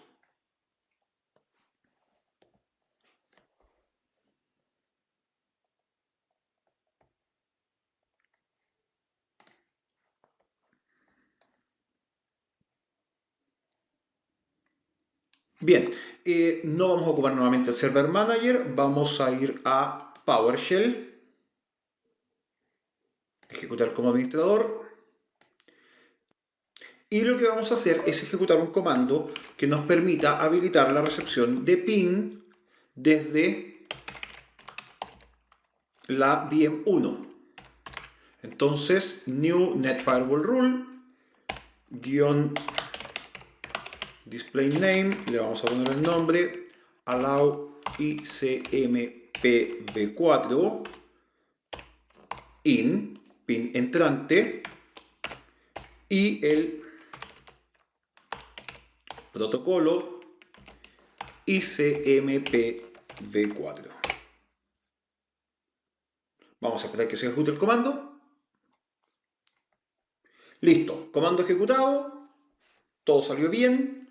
Vamos ahora a ver en la máquina 1, si es que podemos hacerle ahora sí ping a la VM2. Funciona perfecto, como siempre debe ser. Ahí vimos entonces cómo pudimos crear una red virtual, perdón, dos máquinas virtuales y establecer comunicación entre ellas.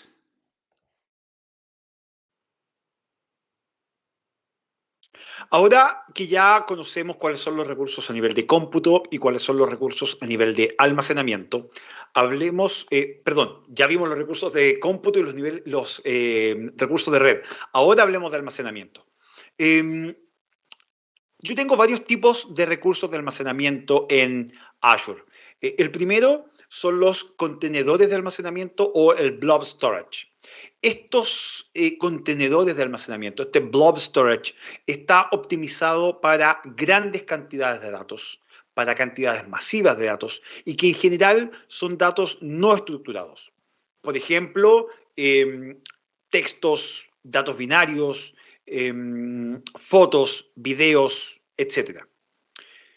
El segundo tipo de sistema de almacenamiento dentro de Azure son los disk storage. Y estos disk storage son los que me entregan los discos virtuales para las máquinas virtuales, para las aplicaciones virtuales o para otros servicios que yo esté ejecutando en Azure y que necesiten acceder a datos almacenados en un formato de disco, en una estructura de disco. Y el tercer tipo de almacenamiento es los Azure Files. Y los Azure Files son un recurso compartido de archivos en la red a los cuales se puede acceder mediante el protocolo SMB, el Server Message Block. Ahora, esto último de los Azure Files es muy interesante. ¿Por qué? Porque hasta antes de Azure Files, si ustedes querían mover su infraestructura de la nube desde su nube privada, de su on-premises, hacia la nube pública, tenían que decidir por migrar los file servers a SharePoint Online o tener una máquina virtual en Azure con el rol de file server. Bueno, hoy hay esta tercera alternativa. Y esta tercera alternativa son Azure Files. Ustedes pueden crear un file share en la nube 100% independiente de la infraestructura de abajo, sin tener que preocuparse por una máquina virtual, por procesador o por memoria, sino que ustedes generan estos recursos compartidos de red y luego los pueden acceder desde Windows como una unidad de red compartida. Exactamente igual como lo harían con un file server. Es un file server, es un file share 100% cloud. Entonces es bastante interesante. Y se accede a él, como dice la presentación, a través de SMB, por lo tanto, un protocolo estándar que no necesita mayores configuraciones para su uso, ¿ok? Ni aplicaciones especiales tampoco para utilizarse. A niveles de acceso dentro del almacenamiento en Azure hay tres. Yo puedo cambiar estos niveles en el momento en que yo lo estime conveniente y según mi necesidad específica. Lo importante es que ustedes conozcan cuáles son y para qué sirven. Está el almacenamiento en caliente o el almacenamiento hot. El hot storage es un almacenamiento o un tipo de almacenamiento que está optimizado para almacenar datos a los cuales yo estoy accediendo frecuentemente. O sea, son, por ejemplo, esos datos o esos archivos que yo recurrentemente durante un periodo de tiempo estoy utilizando constantemente. Después tengo el almacenamiento en frío o el cold storage, y este cold storage está optimizado para almacenar datos a los cuales yo voy a acceder con menor frecuencia. Y estos datos se pueden almacenar durante, por ejemplo, 30 días. ¿Ok? Al cabo de esos 30 días, yo puedo tomar esos archivos y pensar en llevármelos a un archive. ¿Ok? Este archive está pensado para almacenamientos de periodos prolongados de tiempo. ¿Ok? Son datos históricos a los cuales los usuarios no van a estar accediendo normalmente, no van a estar siendo utilizados por los usuarios de manera constante. Por ejemplo, los datos financieros de la organización de años anteriores. Por temas legales, yo tengo que mantenerlos por un periodo N de tiempo. Voy a ir al caso específico de Chile. Y acá en Chile, los datos financieros deben almacenarse por 5 años. Entonces, para no mantener un almacenamiento en caliente o en frío muy grande, lo que hago es que voy tomando estos datos cada cierto periodo de tiempo y los voy llevando a un archive. Esos datos están almacenados, están ahí de manera segura, son un almacenamiento completamente permanente, ¿ok? Y además, en caso de que algún usuario los necesite, puede acceder a ellos. Y de nuevo, yo puedo mover archivos entre estos tres tipos según mi necesidad específica.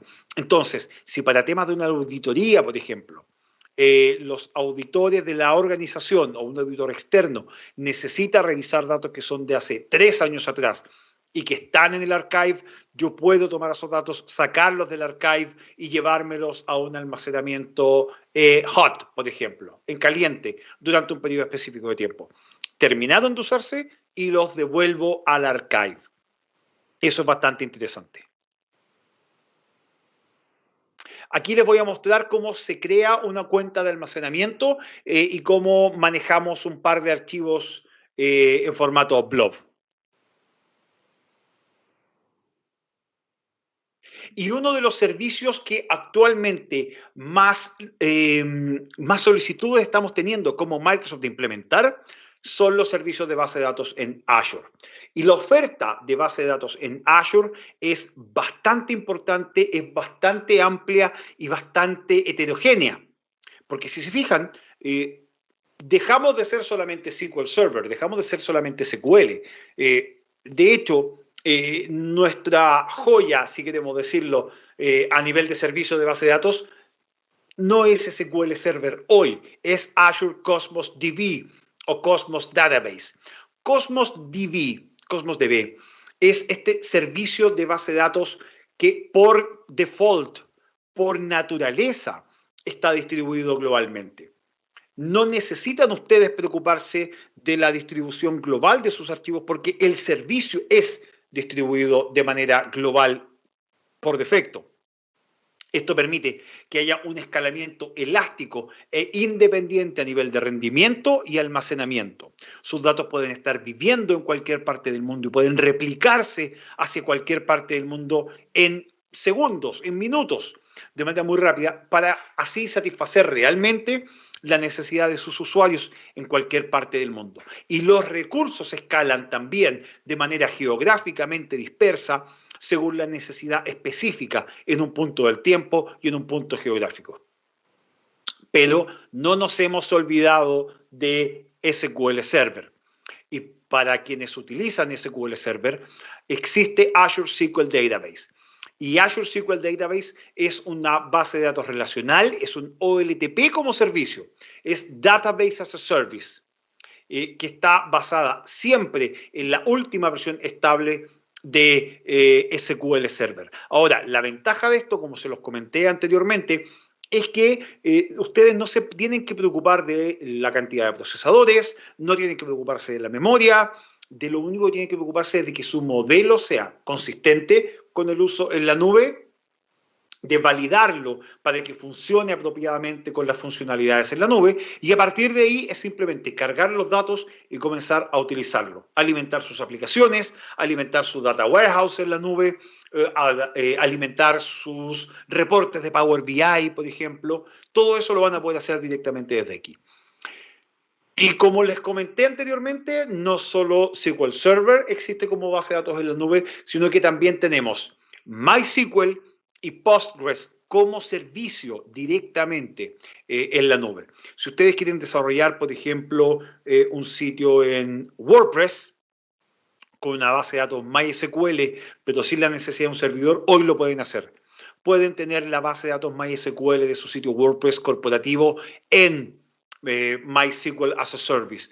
O si quieren utilizar Postgres, motor de código abierto, también pueden hacerlo directamente como un servicio sin tener que levantar servidores, sin tener que preocuparse de otras configuraciones de arquitectura, de infraestructura, que hacían un poco más complejas estas distribuciones o la implementación de estas distribuciones. Pero además existen las Azure SQL Managed Instance o instancias administradas. Estas instancias administradas están pensadas en el lift and shift de servidores SQL Server hacia la nube. Es plataforma como servicio también, completamente administrada y con almacenamiento permanente, que está pensada para que ustedes puedan subir su base de datos SQL Server para alimentar a sus aplicaciones sin tener que estar haciendo grandes cambios a nivel de las aplicaciones y sin tener que estar haciendo grandes cambios a nivel de base de datos. Simplemente modifican sus strings de conexión, ajustan las direcciones IP, dan los permisos correspondientes y pueden seguir funcionando de manera bastante rápida. La ventaja de esto es que a pesar de ser instancias de SQL Server un poco distintas a lo que es SQL Database en Azure, ustedes mantienen las capacidades de plataforma como servicio. ¿Qué significa eso? Actualizaciones de seguridad, actualizaciones de versiones de SQL, copias de seguridad que son nativas de la plataforma, que no significa que ustedes no tengan que hacer las suyas. Por favor, recuerden nuevamente, modelo de responsabilidad compartida, los datos siempre son responsabilidad de ustedes. Nosotros respaldamos a nivel de la plataforma, ustedes deben preocuparse de los respaldos de los datos.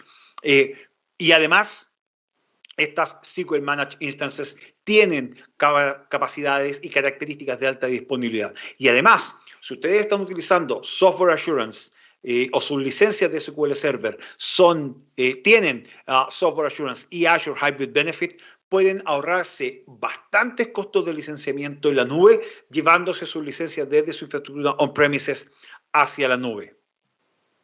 Veamos entonces cómo vamos a crear una base de datos SQL en Azure y después vamos a hacer un par de consultas ahí para probar que está funcionando apropiadamente.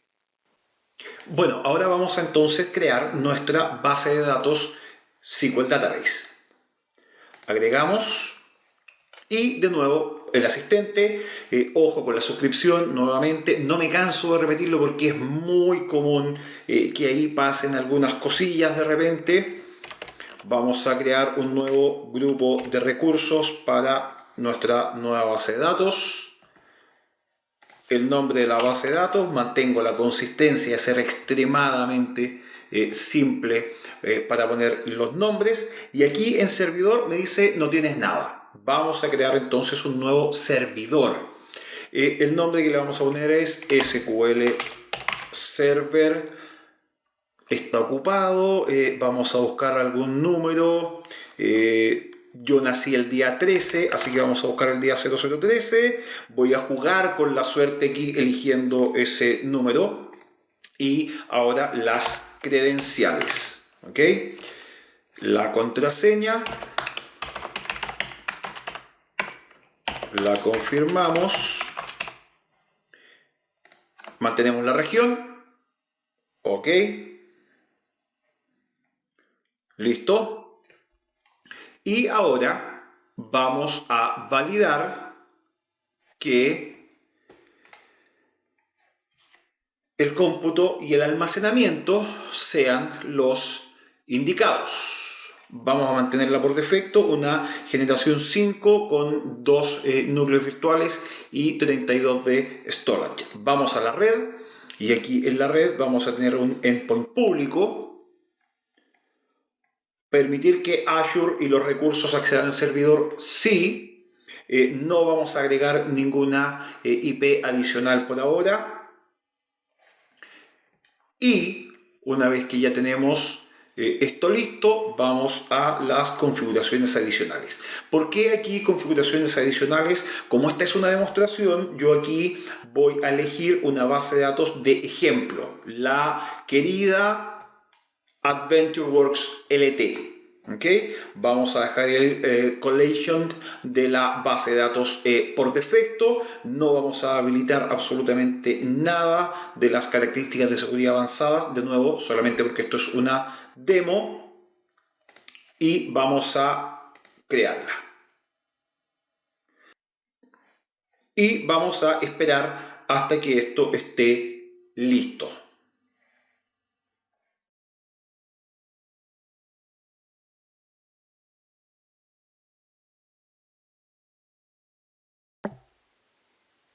Bien, ahora que el despliegue está completo, vamos al recurso y vamos a validar que esté funcionando correctamente. Está la base de datos en línea y vamos a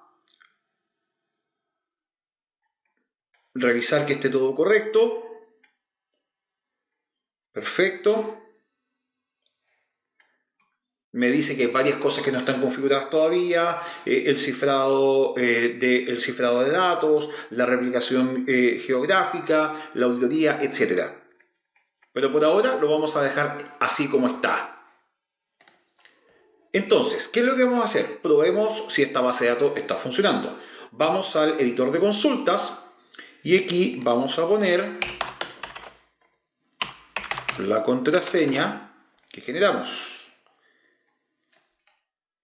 Me dice que no se puede. ¿Por qué? Porque la dirección IP no está autorizada para poder iniciar sesión acá. ¿Qué es lo que vamos a hacer entonces? Vamos a darle permiso.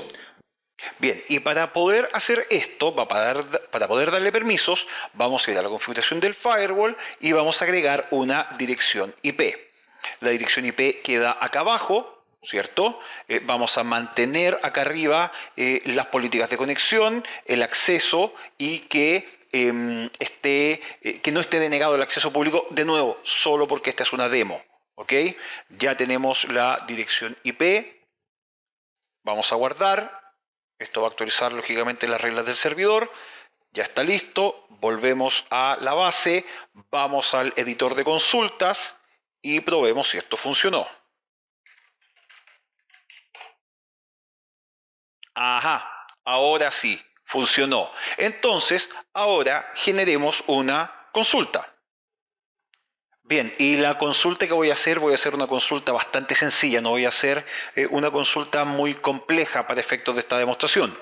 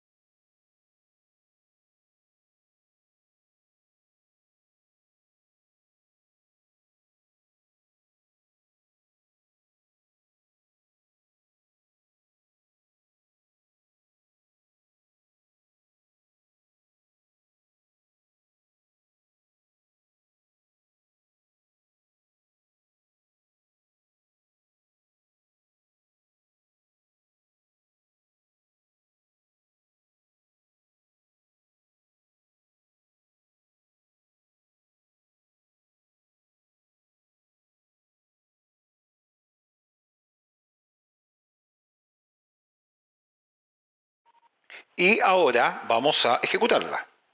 Y,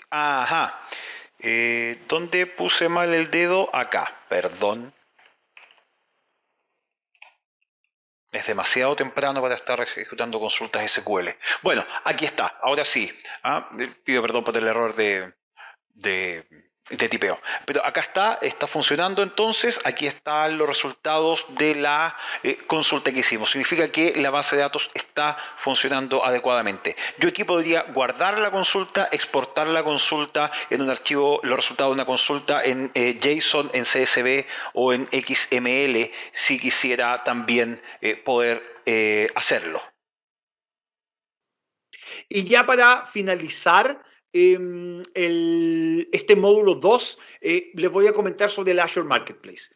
El Azure Marketplace, ustedes lo pueden acceder desde el portal de Azure o desde azure.com, van ahí al enlace de Marketplace, y en el Marketplace ustedes van a poder encontrar todo el amplio espectro de soluciones, de productos, de servicios que tanto Microsoft como terceros tienen disponibles. Hay aproximadamente 10.000 productos y servicios dentro del Marketplace que van desde imágenes de máquinas virtuales con algún sistema operativo específico y con algún software preinstalado hasta imágenes de bases de datos. Por ejemplo, pueden ejecutar Oracle directamente.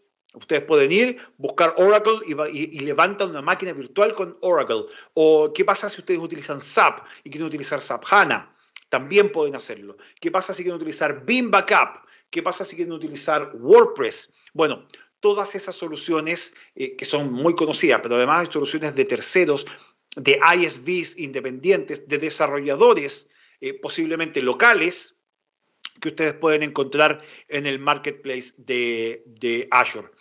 Hay herramientas de desarrollo, hay implementación de aplicaciones, como les decía, es bastante interesante lo que pueden encontrar ahí.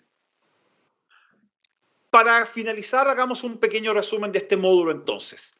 ¿Qué es lo que vimos acá? Vimos los conceptos de región, vimos alta disponibilidad, vimos las regiones que tiene Azure y por qué somos el proveedor de servicios en la nube con más presencia a nivel mundial y para qué, por qué lo somos, cuál es el fin de eso. Vimos algunas herramientas de administración, vimos servicios de Azure a nivel de cómputo, de redes, de almacenamiento y base de datos y finalmente una vista muy rápida a lo que es el Azure Marketplace. Y con esto estamos terminando el módulo 2. En este módulo 2 revisamos los conceptos fundamentales de Microsoft Azure a nivel de arquitectura, como las regiones y las suscripciones, y a nivel de servicios básicos, como son los recursos de cómputo, de red, de base de datos o almacenamiento. Tomemos un nuevo receso, 10 minutos, descansemos y luego vamos a volver para comenzar el módulo 3.